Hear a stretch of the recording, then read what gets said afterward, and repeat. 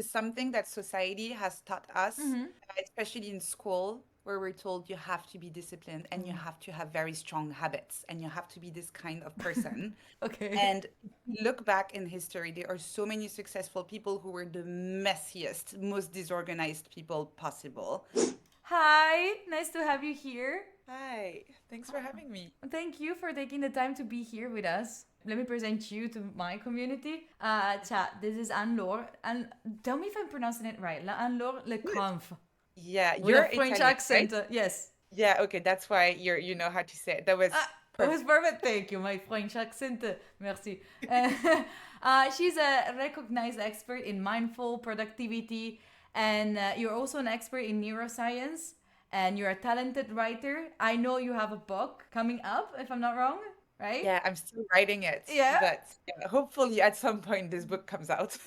So the main goal, chat to like with Anne today is to talk about like productivity today, to talk about how to do problem solving and how to in general like balance achievements with well-being, because most of the time like we're like high like ambitious people and we want to do it all, and then we forget that sometimes we burn out. So today the whole purpose is to give us to get more insights on how to be more productive while being mindful. So thank you for being here again with It's us. such a great introduction. Maybe you should write the introduction to my book actually, because that was really good. Oh wow, a bit too much, but I know there's like a lot of questions that I have that my community have.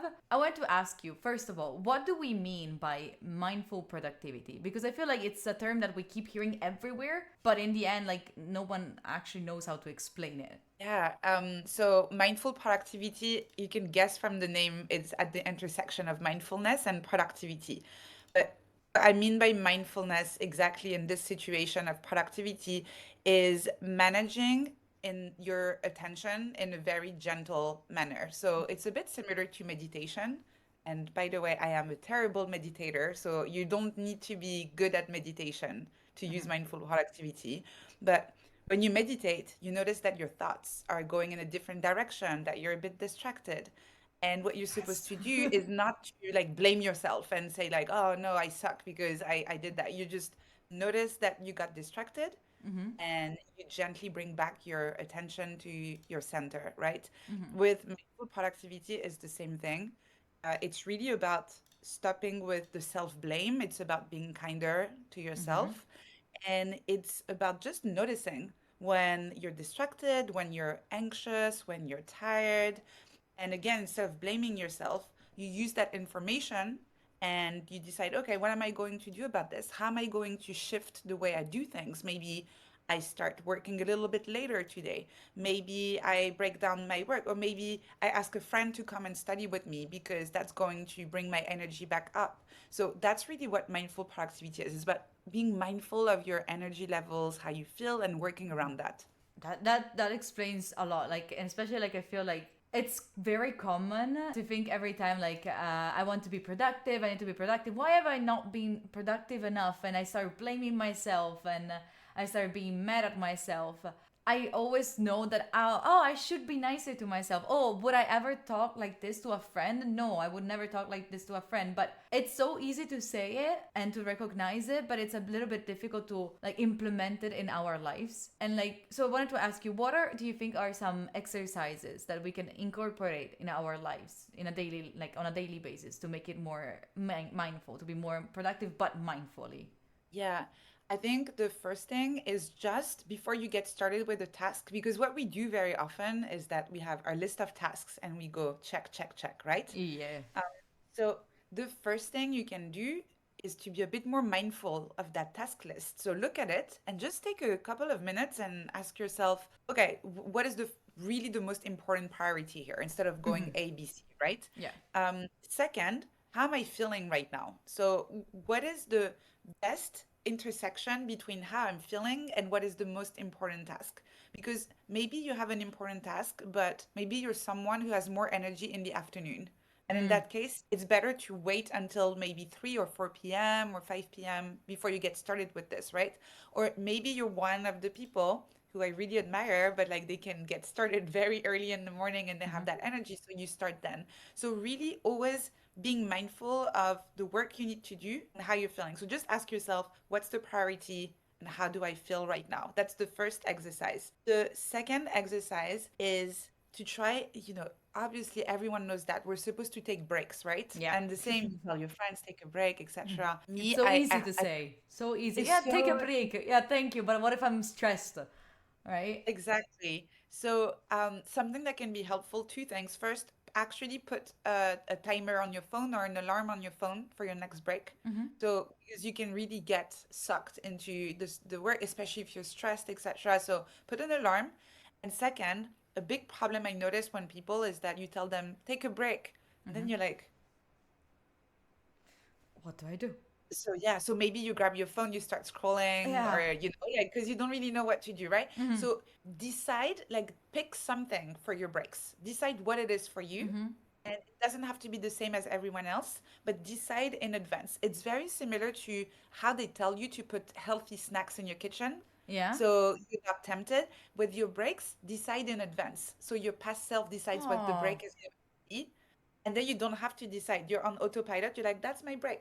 My favorite break is to put like one of my favorite songs and I get up and I dance for 3 minutes. Hey, that actually makes sense. That's Yeah, and it's nice. good. It's like fun also because the song is like around 3 minutes. I know that's the break. Feel good. I sit down. I have other people like I know like they do a little stretch.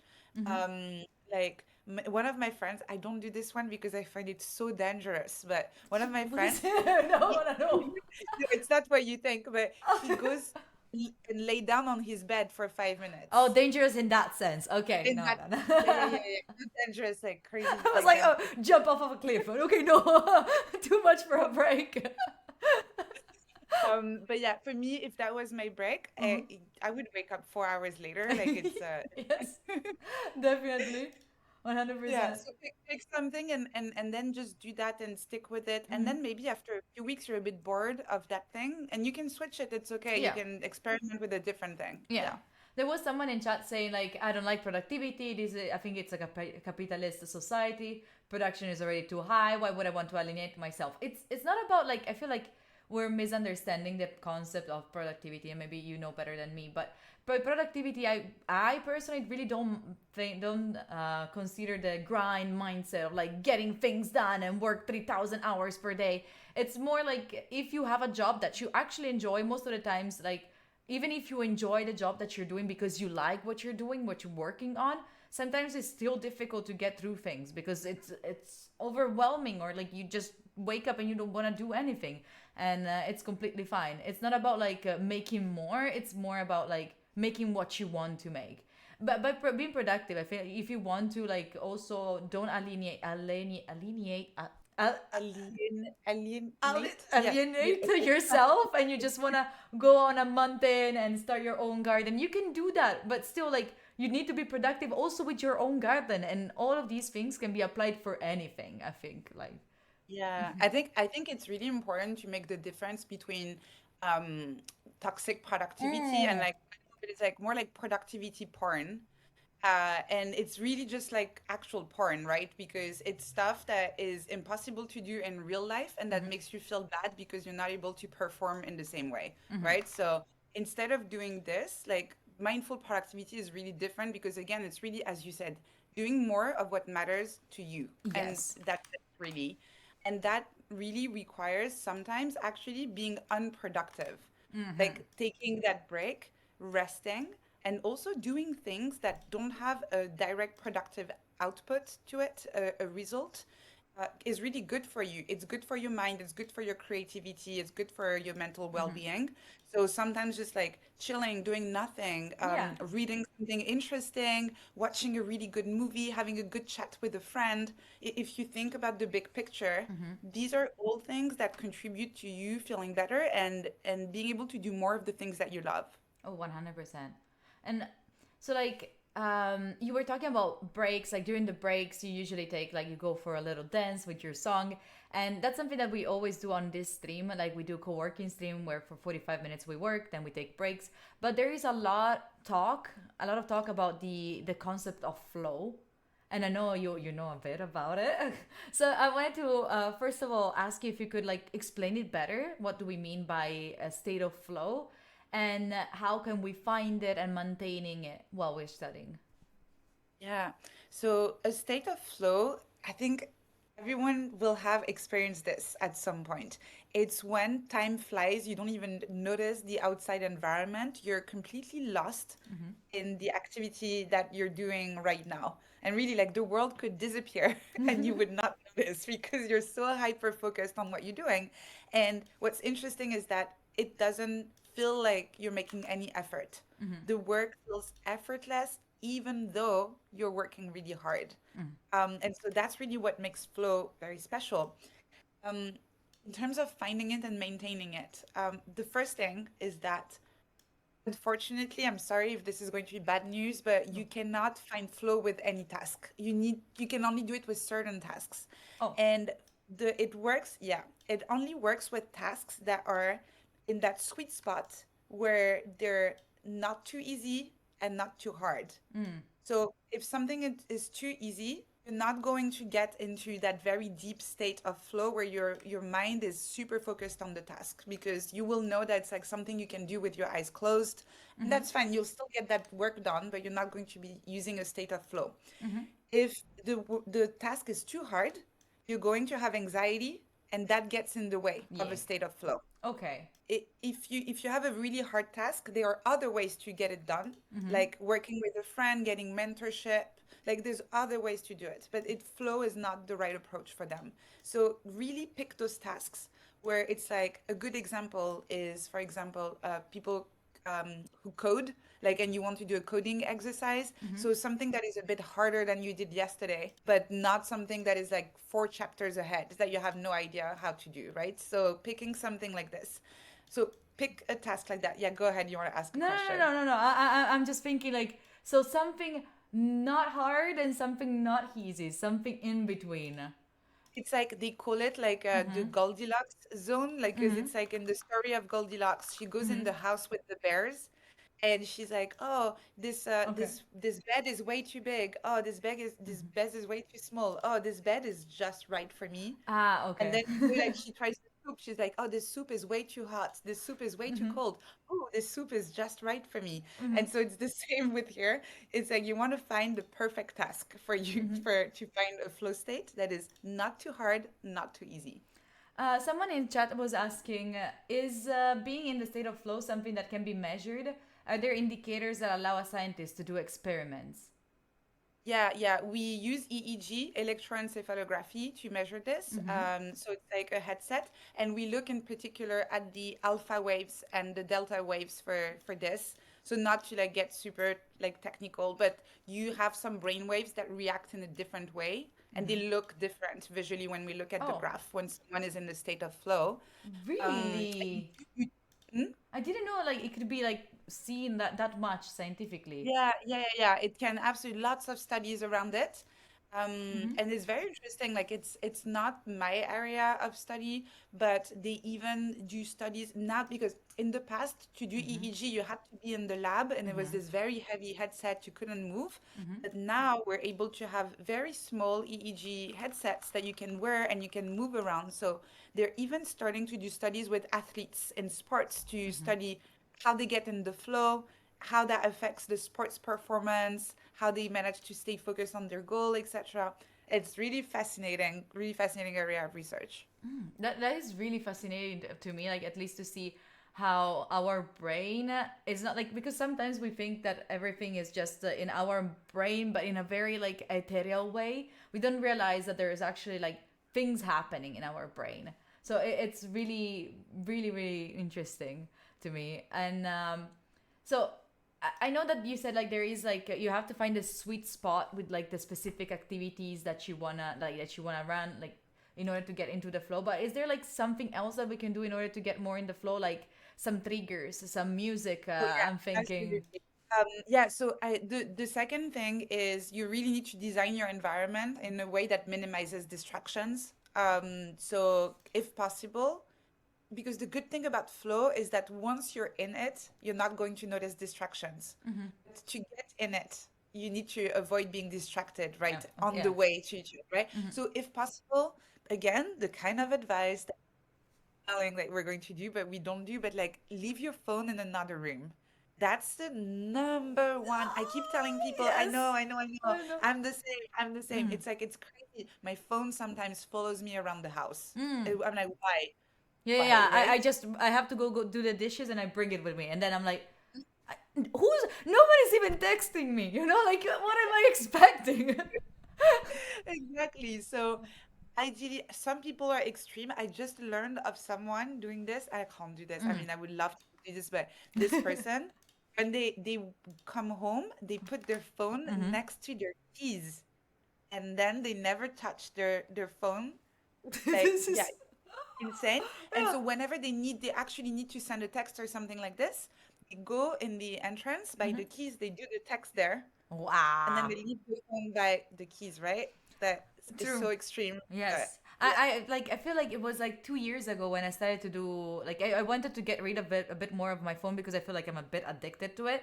And one of the things was exactly to find a spot for your phone, and that's where you use the phone, where you keep your phone, you put it in, your alarms on, you remove all the notifications that you don't need and all of that, and but you leave it there.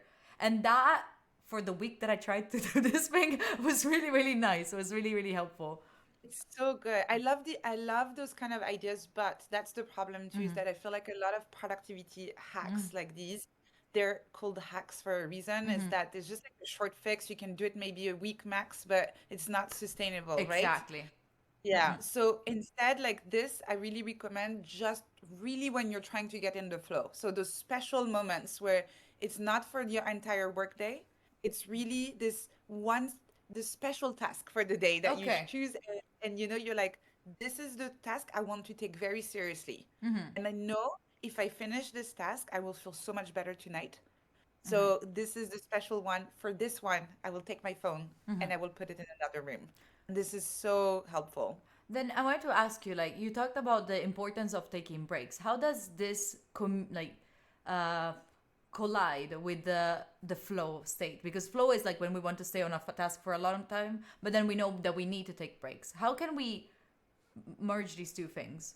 It's a very good question. So that's why you don't want to be in the flow for the entire day. You would forget to eat. Yeah. So yeah, and actually it's quite common for people with ADHD, for example, who are hyper focused Yes. and yeah, Yes. and they forget to eat. Like they genuinely like they look up like it's like 8 I'm p.m. looking and they're at you, like, "Oh chat. my God, I haven't had lunch." Yeah, Chat, I'm exactly. looking at you because sometimes I have people coming at me like, "Oh, I forgot." I'm people, hi, but they, "Oh my god, I forgot about blinking." That's also a reason why we have this old thing on Twitch. It's and a lot of people come to me saying like, "Oh, I don't want to take a break." It's okay. You don't need to take a break. It's more like a check up. Like, are you drinking? Are you eating right? Are you also on the task that you said that you wanted to be? Because sometimes I realized myself, like I'm not diagnosed with ADHD, but according to my therapist, I have the anxiety that is creating the same kind of symptoms. So like sometimes I realize like I'm working for hours on something, and then after hours I'm like I've been on 3 hours looking for the right font for this post that is gonna it's like a story, so it's like for 24 hours only, like, so what am I even doing? So it's more like a check on yourself, like you should put like timers to check on yourself if you are doing something meaningful or if you're like just lost in your thoughts and your work. Yeah, this is so helpful. And I think there are two things that you really can take away from what you were saying here. They are super relevant. And that's why I was saying pick the right task. So, for example, designing a post for a story is not a good task for a In flow flow, yeah. task. It really, you need to pick a task where you don't need to ask yourself, am I doing the right thing? Am I wasting my time, etc., because you're in it. So, you know, for me, for example, writing is a flow task. Yeah. If I'm like, I need to write like an article for my blog, Wait. it doesn't matter if I spend like a lot of time looking up. Just turning on Um, the light, sorry.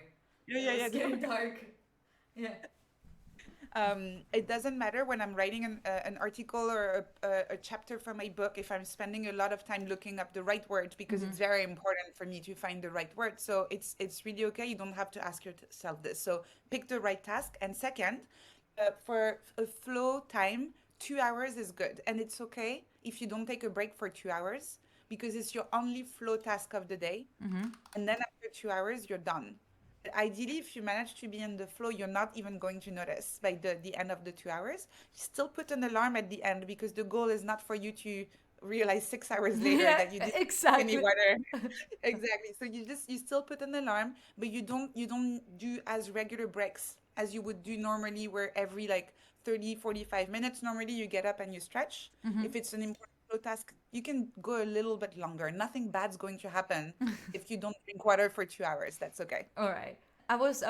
Talking about like anxiety, and I feel that this is like one of the main issues that students or like young workers have. So I want to ask you, how can mindful productivity, or is there like any mindful productivity strategies that can help us to manage this anxiety? Yeah, I think the best way to approach it is to understand that any signal you get from your body is information for you to use. So if you start feeling like a little knot in your stomach, or your heart is beating a little bit fast, or like You you feel feel like a this like pain weight. in your Oh chest, yeah. the weight, yeah. So, whatever your symptoms of anxiety, it's going to sound a little bit cheesy, but really that's the approach that you should have. But you go, hello, anxiety, my old friend. And you literally like go like, hi, welcome back. Hello. Hi. You get the gold card of membership. And you ask it questions, like, and you don't have to have this like a full-blown conversation, but being like, why are you here? What are you trying to tell me? What is it that maybe we can try and experiment with to fix it? Because very often there is a source, there's something. And the problem is when we don't identify it, psychologists, they call this free floating anxiety. And it's Okay. like this like anxious for no reason, like you can't put your finger on Okay. it. Yeah. So what you want is to be able to put your finger on it. So you want to look at it and be like, hey, and the problem is that very often we try to ignore it. We try to just, get rid of it, and we make it worse. So listen to it. Very often you'll notice something. You'll notice that maybe you just have a deadline or an exam tomorrow, and you'll be like, oh yeah, I'm anxious because of that. That makes sense. Like that completely makes Yeah. sense. And just that, again, sorry, another like term from some science, but it's called affective labeling. And it's literally putting a label on your emotions. And there's research showing that just doing this makes them easier to manage. Oh, So just you saying, oh, that's what it is, you'll okay. feel better. All right. So do that with anxiety. I really encourage everyone to give it a try next time. I'm not promising that it's going to completely go away. That's not what it is, right? But it becomes a lot more manageable, and you're not doing the thing where you're making it worse by being like, oh, why am I feeling this way? Why am I anxious for nothing, etc. So consider it a friend, slightly annoying friend that's trying to communicate something with you.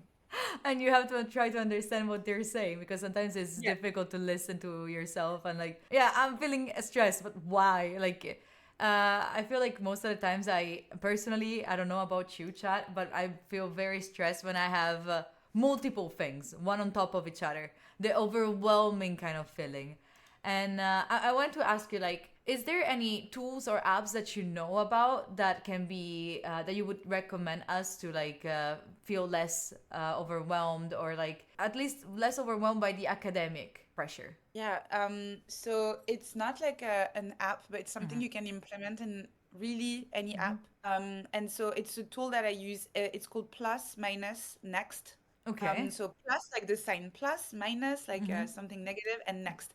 So Huh. it's something that you do. You can do it either every Monday or every Sunday night, or whenever you have a little bit of quiet time and you can think about your week. And in the first column, plus, you write everything that went well in the past week. In Okay. the second column, you write everything that didn't go so well, didn't go as planned, that was stressful, that was overwhelming, etc. And then in the arrow column, the next column, you write everything you want to focus on next.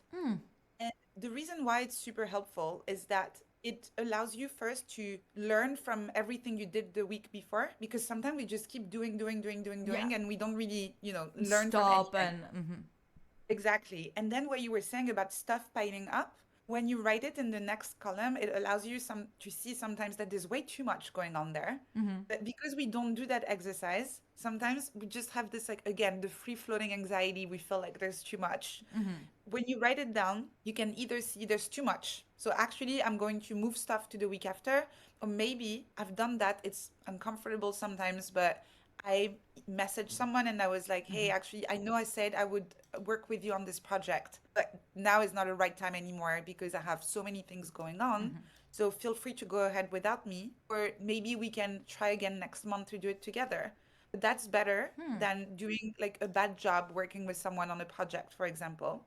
Or sometimes, not as often, but I write it in next. And I'm like, oh, actually, that's very doable. Why am I so stressed about this? Like, it's this Yeah. is fine. And instead of stressing about saying, oh, I'm going to do everything on Monday, like actually, I have the whole week and I have those three big things to do. So, bit of Monday, on Wednesday, I'm going to do this, on Friday, I'm going to do this, and you feel better.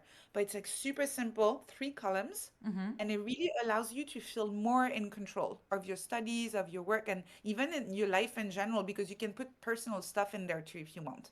That I feel is very important, and it's related to the time management. That maybe sometimes, especially I feel like when you're getting either out of college and you're going to uni, or when you're getting out of uni, you're starting your first job, like that switch, it's really difficult to manage because we have a completely different new schedule. So like it's different to understand how can we change this new like time it gets very messy and complicated. How would you suggest to what would you suggest to someone that is starting a new career, a new path, to start managing their time in a better way, like day zero, managing time? Yeah.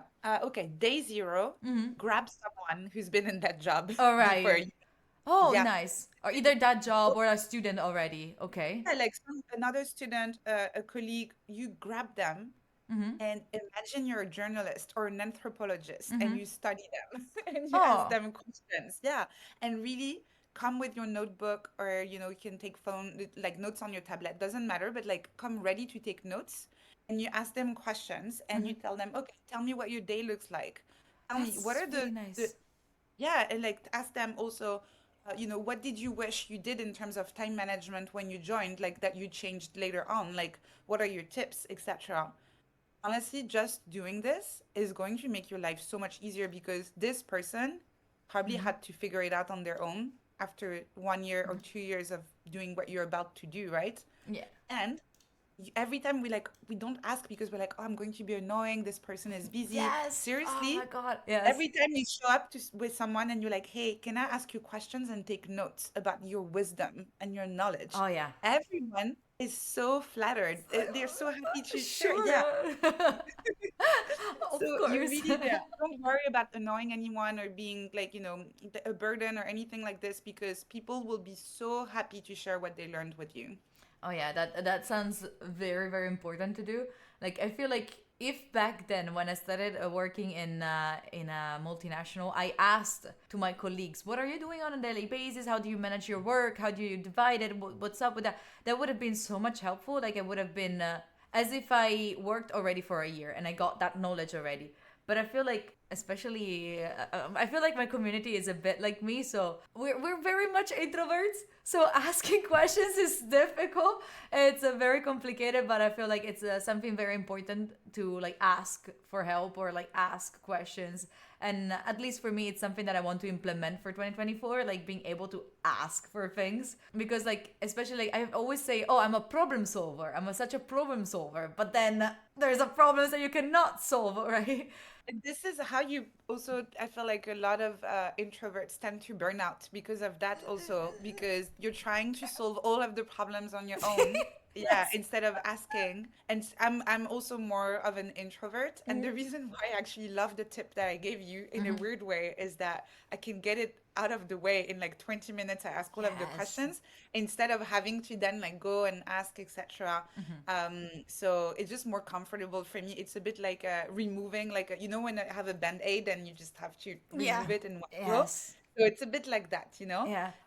So I completely understand that it can be a bit of a source of anxiety, but it's just better for your mental health if you go and you ask for help. Yeah, that is something that I've learned. Like, I want this task to be done. I want to remove it from my to do list so much. And I have either to choose if I want to take like 5 hours to just do it by myself or if I want to ask for help. And I have to learn that it's faster and easier, and maybe most of the times it gets out even better if I ask for help. That, yes, 100%. I agree 100 with this for sure. Still, like about like problem solving, I feel like a lot of us and right now it's one of the most requested skills like in a job market. Like, oh, you have to be a problem solver, which right now is also like a bit another buzzword that it's a little bit too used, I would say. But how would you think like mindfulness can help you to be more of a problem solver? Yeah, I think again, it's like a lot of the ways that you approach mindfulness can be used when you approach a problem, and it really comes from a place of curiosity. So instead of like banging your head and like trying to find the answer, which doesn't work, if you give your mind a little bit of space to think, you're actually going to solve problems better. So there's a concept, maybe you've heard about it, but the focused versus diffuse mode of thinking. Yeah. Yeah. And that's really, really helpful. So first you go in focused mode and you do try to solve the problem. Yeah. But then, and this is where being a bit more mindful helps, you leave it and you go and you do something else and you let what is called your default mode network and your brain do the work. Your brain is going to do a lot better work if you're just letting it do it, basically. So do something else. And this is why people have shower thoughts in the shower, right? Yes. Because you're doing nothing and so you let your mind do it. So that's an example of when being mindful, letting your, just resting, doing something else can be very, very helpful. And again, coming from a place of curiosity. So instead of saying, oh, this doesn't work, why doesn't it work, what's wrong with it, just asking question, oh, why is it, like what's going on here, how can I, maybe I could look at it from a different perspective, etc. And the last one, which is linked to what you mentioned earlier, is again, stop trying to solve every problem on your own and do ask for help.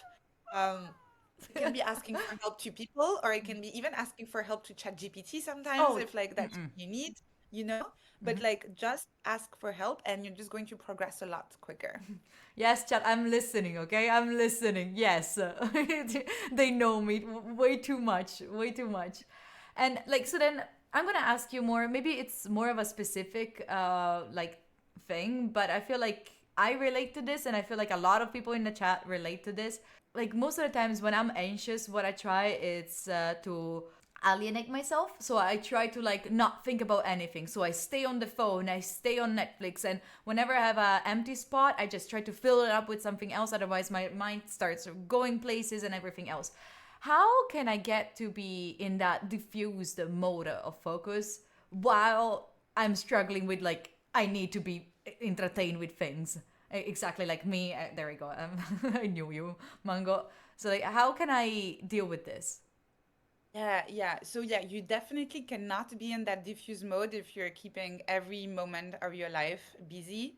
um it's it's really hard because I don't want to give you like the bullshit advice that actually doesn't work, because that's the problem with this, is that when you're in this bad place where you're anxious all the time and you're using Netflix, scrolling, etc. as a crutch to not have to think about it, this is typically the time where you're not going to be like, oh yeah, let me use that productivity framework that I'm going to apply here, I right? really don't want to. Yeah.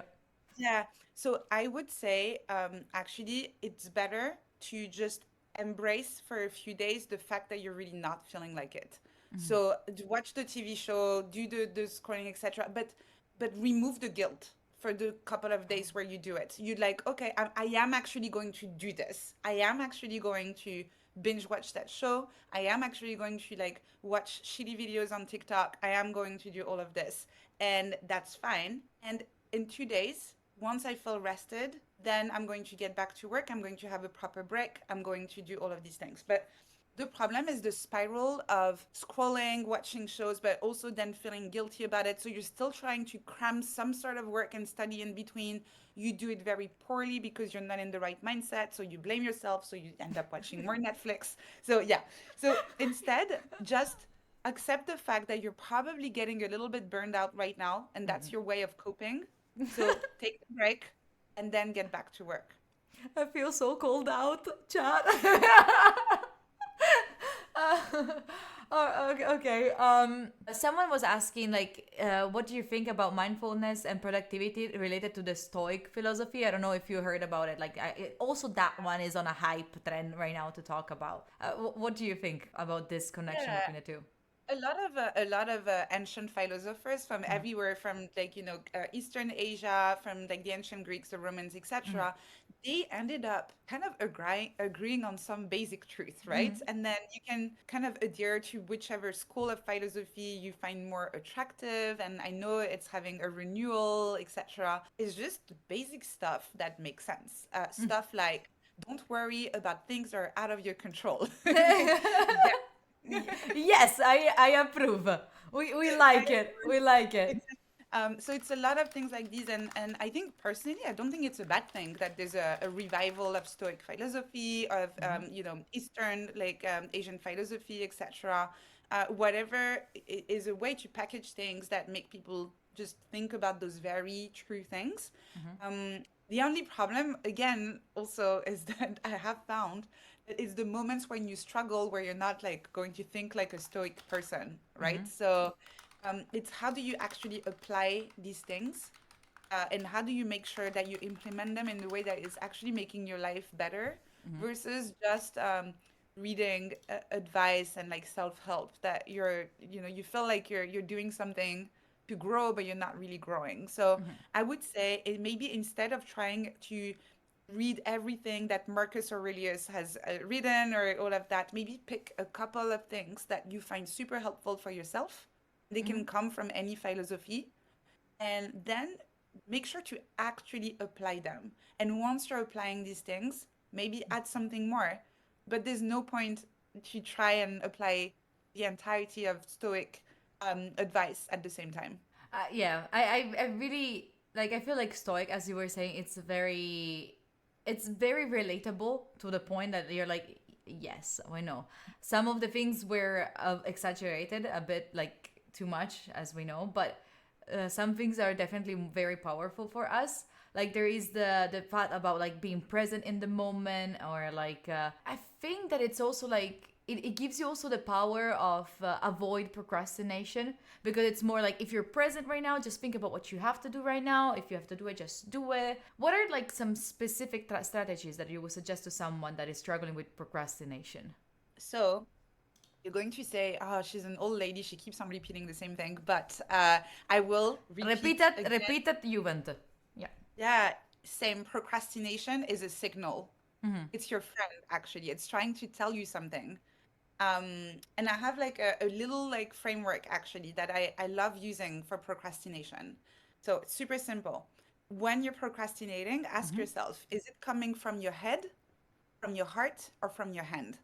So from the head, it means that you're rationally not convinced that this is the right task to work on. Oh, Uh, okay. so maybe actually you should be working on something else. So let's say, for example, that you have this exam and you're like banging your head, like just trying to like do this exercise, but you're procrastinating, you can't start doing it, you keep chatting with your friends or whatever. Well, maybe actually doing this exercise is not the best way to prepare for the exam, and your brain is trying to tell you you're wasting your time here. Do something else. That's not the best use of your time. So that's the head. Then the heart. Is it maybe your head is convinced? Like you're like, okay, Yeah, I you. should be I doing have to. this. Yes. Yeah. But oh, that looks so boring. That's not fun. That's not enjoyable. That's not exciting. So in this case, you can redesign it or pair it with something else. So it is more fun and more exciting. So it could be if you're lucky to have another friend who's taking the same exam or something like this, like just like text them and be like, hey, want to meet and let's just do this together while we chat about other stuff. Like, let's get this done together. It's the same thing as like people who listen to lectures while like they're maybe like exercising, if they like going to the gym, or like going for a walk, or whatever you need to do, like your exercises, putting some good music on, just try to make it more fun for yourself. Enjoyable. Yeah. Exactly. Or kind of like what you're doing, streaming while you're doing it so you can chat with other people at the same time. That's a really good way to address the heart aspect of it, like making it more fun for yourself. And then the last one is the hand. So let's say head, convince you should be doing it. Heart, you made it fun. And then try to do it, and actually you're like, I actually don't know how to do this thing. So Okay. you're missing the skills Yeah. basically. So in that case, you just need to acquire those skills. So that could be asking a friend who knows how to do the thing to help you, or if you have a bit of time, telling your teacher that you don't know exactly, or maybe you missed a chapter, you're missing some information. If it's for a longer term project, maybe you can take a little online course to fill the gaps with like the things that you don't know. There's lots of different ways to do this. Like, it just, again, there's nothing to blame yourself for procrastinating here. It's just that you don't know how to do it. So you've been procrastinating because in the back of your mind there's this feeling that you don't know how to do it. Now that you verbalize it, oh, actually I don't know how to do this thing, that's why I've not been doing it. You can take steps to feel better and then have the skills, and then you can move forward with the task. This is like really eye opening for me. I procrastinate a lot, and most of the times I feel they're coming mostly from either a hard point of view or a head point of view. So like understanding and realizing what's the issue, and like then as you were saying also, when we label the emotions, it's easier to fix. Also in this case, once we realize what is the issue, then it's easier to fix, because if it's a skill issue, I'm gonna ask someone for help. Or if it's like a hard head thing, okay, why don't I think it works? Let's find something else that maybe might work. If it's a heart, then it's like, listen, it's either I ask a friend to be on a call with me while I do it, so like it's we can chit chat about stuff, we can gossip while working these things out. That is definitely on point. But I feel like if you struggle a lot with with procrastination, and also like it's very related also most of the times with discipline, because like you're not disciplined yourself to like work on these things and all of that. And something that I realized on my own self is like after I been struggling with discipline for a very long while, I started to also lose a little bit of not self-respect, but some kind of things like that, because I feel every time that I start a new habit, I'm like, I I can try. I don't think I'm gonna start to have this habit like all the time. It's not gonna stick, and it's something that it's really hurtful for the productivity in the end, because if I don't believe in myself, then I won't start tasks, then I will procrastinate, then it starts to to get really messy. So how do you think like mindful productivity could help out in this scenario, like in a situation where you're lost a little bit of self-respect due to not being disciplined? I kind of want to just question the assumption that Yeah. we need to be disciplined, because Yeah. I think this is something that society has taught us, especially in school, where we're told you have to be disciplined and you have to have very strong habits and you have to be this kind of person. Okay. And if you look back in history, there are so many successful people who were the messiest, most disorganized people possible. And so instead of, I'm sorry, I'm not going to really answer your question, but because I think the assumption that we need to be self-disciplined is a little bit wrong. And it's so unfortunate that people are blaming themselves because they've been told that's the way you should be doing things. So I think instead of like trying to like force yourself to be self-disciplined, is that if that's not your mode of working, it's more about discovering what is your mode of working. So instead of using building habits, run little experiments. So what's the difference? When you have a habit, it's for an indefinite amount of time. You're like, I'm going to run every day. Like, this is healthy. This is the right thing to do. I know what the right thing to do is. I'm going to do this. An experiment, you actually don't know if it's right for you or not. So you're going to do it for a set amount of time. You're going to say, am I going to be able like to work better if I wake up earlier in the morning? So instead of saying habit, waking up 5 a.m. every morning for the rest of my life, no. You say, okay, for 2 weeks, I'm going to set my alarm at 6 a.m.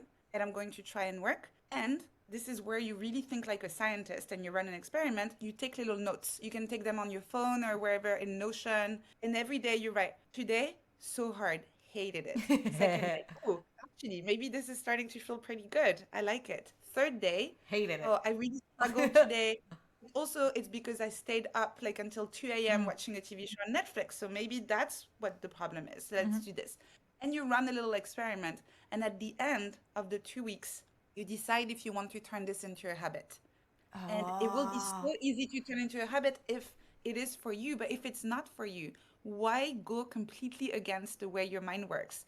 So, and if not, do a different experiment. So you keep experimenting, keep learning about yourself.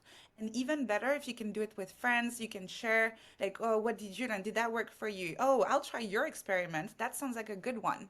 So that's not discipline, that's curiosity, basically. And this is what drives your success, not being rigidly self-disciplined. That is such a good way to put it. Like, I feel like sometimes when I start thinking, like, oh, from now on, every day I'm gonna go running, I do it for 3 days and then I start to get very sad and I don't like it. And I start like, oh, I'm a piece of shit. Like, I cannot do anything. I set myself for this goal and I didn't do it. And I feel like thinking how you are saying is so much like healthier, also nicer towards myself, because like if I give myself the chance of saying like let's see if I like it, like in society gave me a specific point of view on how my life should be. So like I should be one of those person, like to be productive you have to wake up at 5 a.m, you have to go work out, you have to take a shower right after, you have to have a healthy breakfast and all of that. And then I want to do those things because I think that's what I want to do. But I never stop and ask myself, do I actually want to do those things? Or is it like something that has been imposed to me?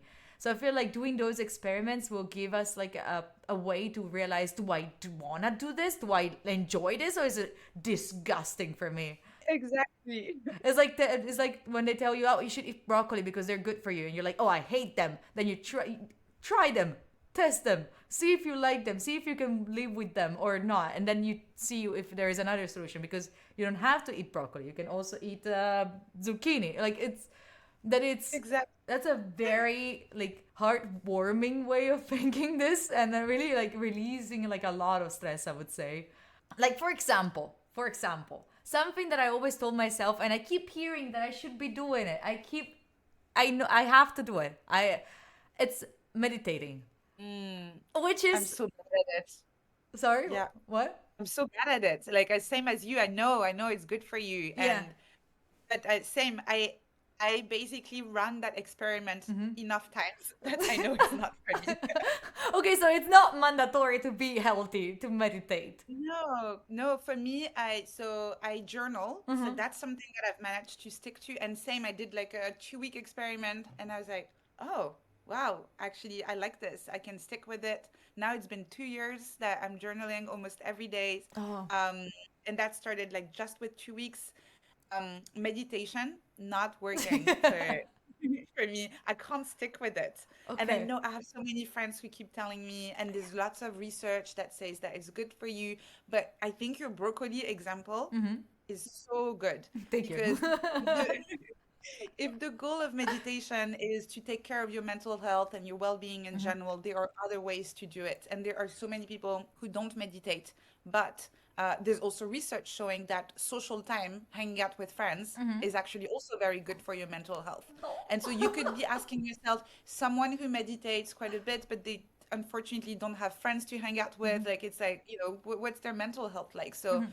if you can have deep conversations with your friends, that's also good for your mental health. Again, spending time in nature if possible, walking, moving your body, dancing. Creativity also has been shown to be really good for your mental health. So having a creative outlet, something where you can express yourself in a way that is a little bit more free flow and where you can really bring your true self out. Again, lots of research showing that it's good for you. So you're not going to spend your 24 hours minus the time you're sleeping doing all of these things. So create your own little plate. Like, is this going to be broccoli? Is it going to be tomato? Yeah. Is it going to be whatever? But just design your own recipe. Then listen to yourself and take little notes and reflect on it to see what works, what doesn't. And always feel free to change things. It's not because something worked for you for 1 year, for 6 months, or whatever, that you need to do it for the rest of your life. That is so reassuring. The fact that I really love the idea of having your own specific recipe of like what is healthy for you. Like maybe I'm not meditating, maybe I'm not doing like journaling, but I am talking to my friends. So like I'm journaling. That this is my kind of way of like journaling. So not my case. I don't talk to friends. I don't. But you're talking to friends, so you're like journaling that way. And instead of meditating, maybe you go for walks in the nature. So you're while walking, maybe you're thinking about whatever, and it's your way of like releasing thoughts. That is so nice, especially because like I feel like meditation is not for me. I tried. I love the outcome because I noticed that it was healthy on me, but I hated stopping there. Like I feel so stressed when I start meditating because I feel like okay, now for 10 minutes I have to do nothing. No, just thinking. And it's just crazy. Instead, if I think my meditation from now on is gonna go for hikings. That is my meditation. Maybe it's gonna be once per week, and it's suggested to do it like every day, but it's gonna be once per week. And in the other days, I'm gonna do other things, or I don't know. That is so relieving, honestly. Then I wanted to ask you more questions about the Nest Labs. I know that with the Nest Labs, you have been like searching a lot about the intersection between neuroscience and productivity. Is there like a specific, I don't know, like how, what would you say is the most interesting thing that you discovered about the intersection between productivity and neuroscience? The thing Um, that shocked you the most, the thing that you would not expect it to be like that. okay, so it's not really about productivity, but it's Mm-hmm. something I learned Mm-hmm. that I loved so much is that they did brain studies where they found that it's impossible to be curious and anxious at the same time. Like the parts of the brain that get, yeah, and I'm talking about real true curiosity, right? Mm-hmm. When you're like, this is why I find it so interesting, and I keep saying, make those body like signals, your friends, ask questions, be curious, because when you start approaching everything, everyone from a place of curiosity, and they showed like in your brain, like you can't activate both at the same time. Really, one of the best ways that you can manage your anxiety and make it, more like easy to deal with, is to switch from this like paralysis that we have Mm-hmm. initially when we're anxious Yeah. to this curiosity of asking, why am I feeling like this? Where is this coming from, etc. To me that was mind blowing when I learned that. So, like for example, I always notice that, especially in the past, I noticed that there's people that are more curious than I am. So, like they do more researches. Like if they're like, "Oh, I like coffee. Let's search how to make a good coffee." Well, I'm more like, I'm gonna do things. Do you think that that could be related to the stress, the anxiety levels that I have because that makes me less curious, or like Oh, it's that's something? interesting. That's not something they covered in the Mm-hmm. research. So that could be something they could be looking at in the future. But I think it's actually it's an interesting research question. If you wanted to be a Mm-hmm. scientist, that could be something you could look at. There's definitely a little bit of research around overachievers and Mm-hmm. people who like really try to do stuff and all of the anxiety that comes with this. So that could be linked to this.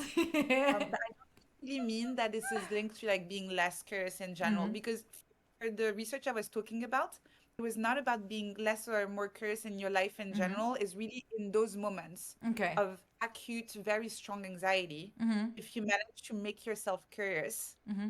you can really reduce the anxiety. Okay, that is really interesting. Like, and how do you think we can try to get more curious about things? Like, how do we get to the state of being curious?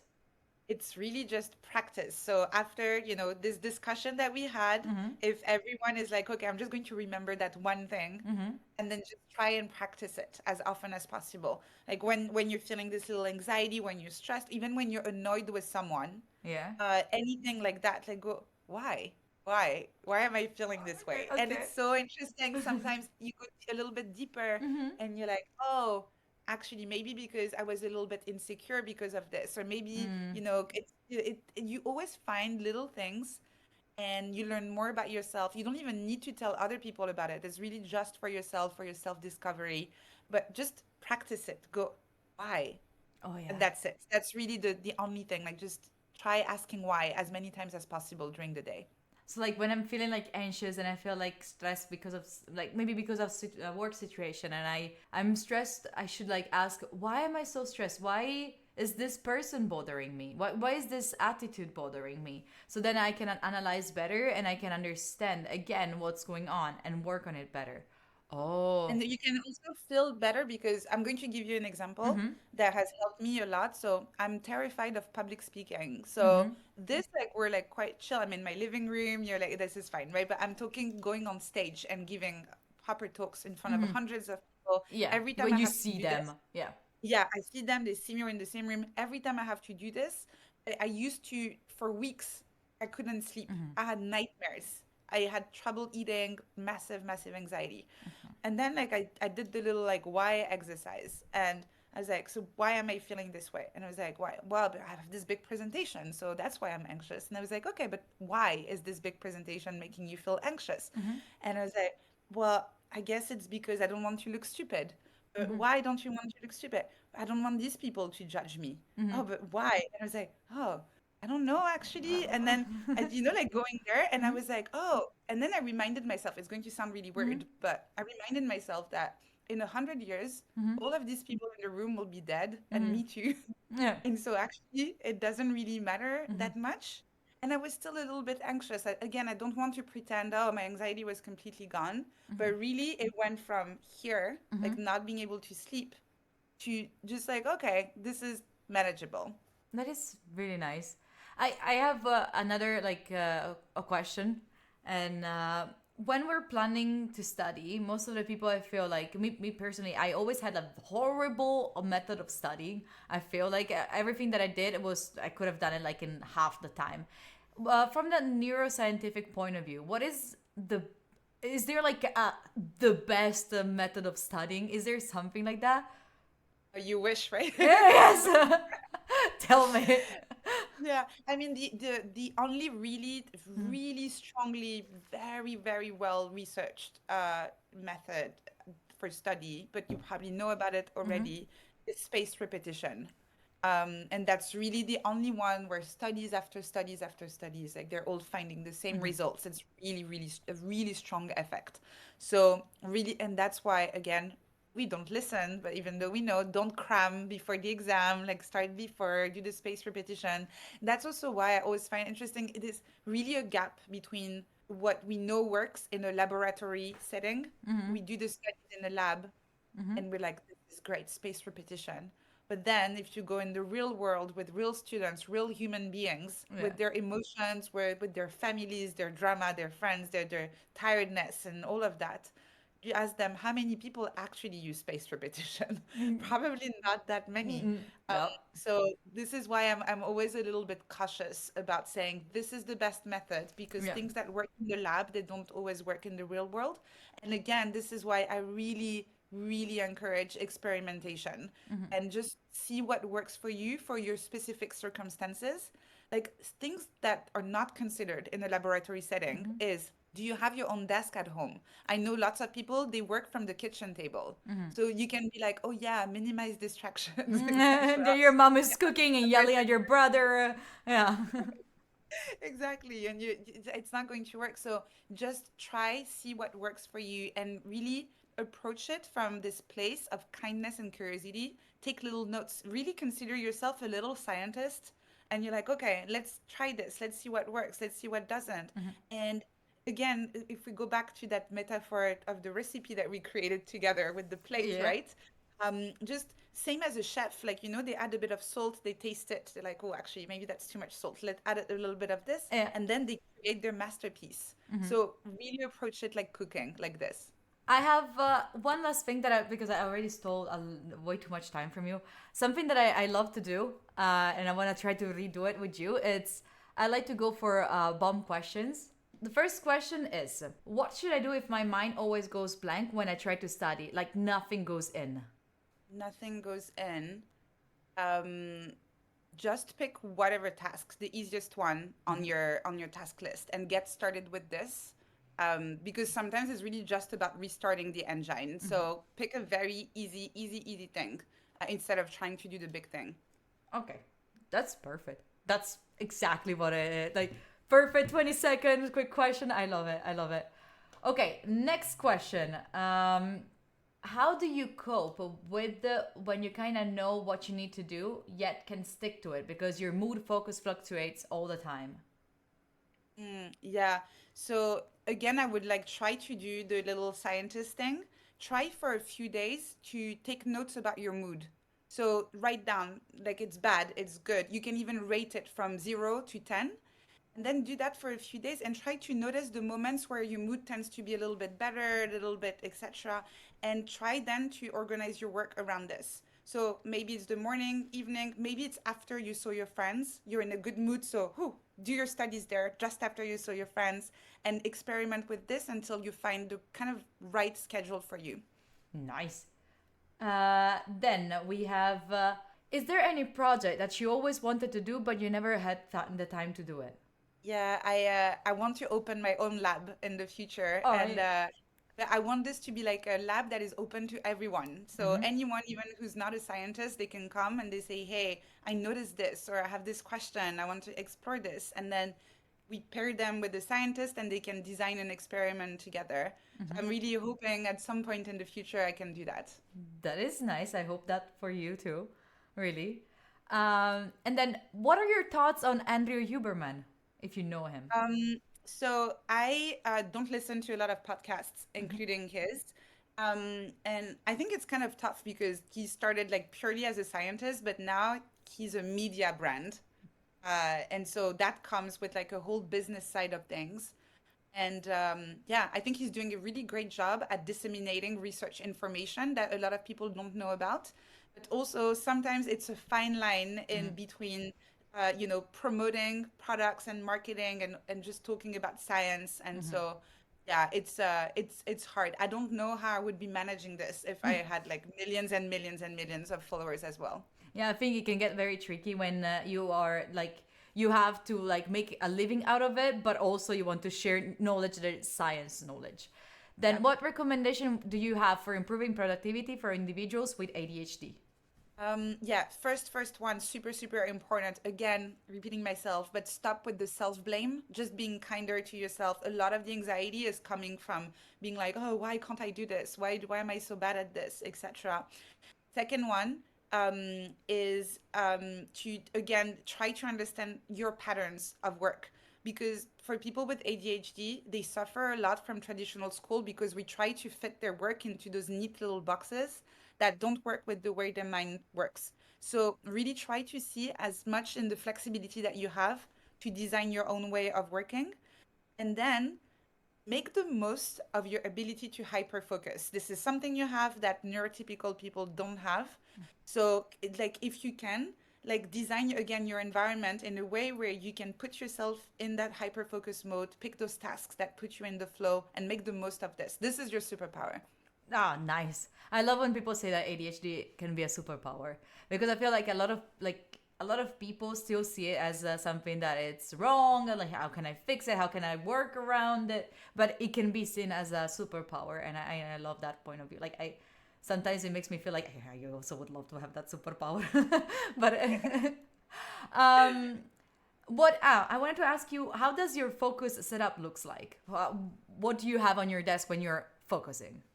Yeah, my desk is actually pretty messy. So yeah, I love that. but yeah, but I work best in this. Like I like being in a creative environment. I have this guy. I'm just going to show you. Oh, my friend, and Reminds uh, you. it's a little brain in it. So it's used in studies to study the brain. And so this guy is like looking at me. And my friend, when she came last time, she put this so it Oh, hasn't left. yeah. So that's my, it's not really a focus setup, it's just a fun setup. But I think having an environment, if you can, if you have the ability to, that feels fun and creative, can actually be really good for your focus. Oh, nice. We love the organized mess kind of place. How do I get out of the mindset that it's not too late to do something in life, like starting or learning a new hobby? Yeah, so this has a name. It's called time anxiety, Oh, and it's the anxiety that it's too late. Exactly, like too late to get started, etc. I have a YouTube video on that if you're interested to have a look at it. And really, it's about reminding yourself that everything that has happened in any case, and there's today, and in this moment, you can either get started or you can look back in 10 years and have the exact same thought you're having today. yeah. So really just like, get started today so you can look back and be really happy about all of the progress that you've made. It's really never too late until you're dead. Oh, yeah, yes, I love that. Well, this, I think that we're done with all the questions. I took even too much time from you. And I wanted to thank you, Chad. If you have more questions for Anne Laure, you find the Anne's YouTube right there, and then I'm also gonna post to you like their LinkedIn, Twitter, anything. So if you have any more questions, you can definitely go comment and or like send messages to Anne and ask whatever you feel like it. And please remember to follow her in every single platform. This has been so insightful. And thank you, Thank you Anne. so Thank you much. for this opportunity. Thank Really, it you. was super nice.